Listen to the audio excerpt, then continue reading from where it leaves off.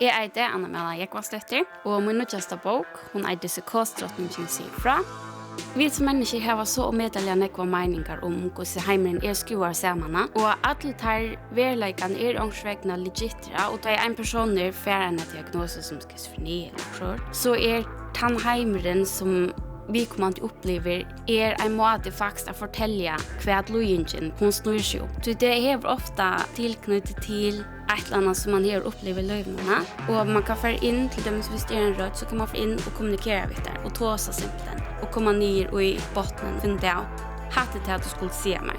Och så kunde jag kvarva till dem som svår ting som om man har mist omkran, käran, eller om man har upplevt happing eller ett eller annat traumatiskt som liv. Det kommer allt omständs från. Och det ger bara en måte jag vill till i hemmen på. Så jag börjar gå till sig till nu bara faktiskt att granska det så som det så blir det rena glattare jag livar vid. Som ting är som upplevning någon väck.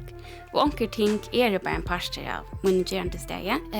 Men till inte så obehagligt som det var för att sådär en elabo omständs här som man vet att okej, här inte vara en elabo inne i en väse och gardiner i fyra eller så just köttneskåd inne i sin kamera. Det ju flott. Det faktiskt inte som att drömma. Här var inte till karakteren på en kramata.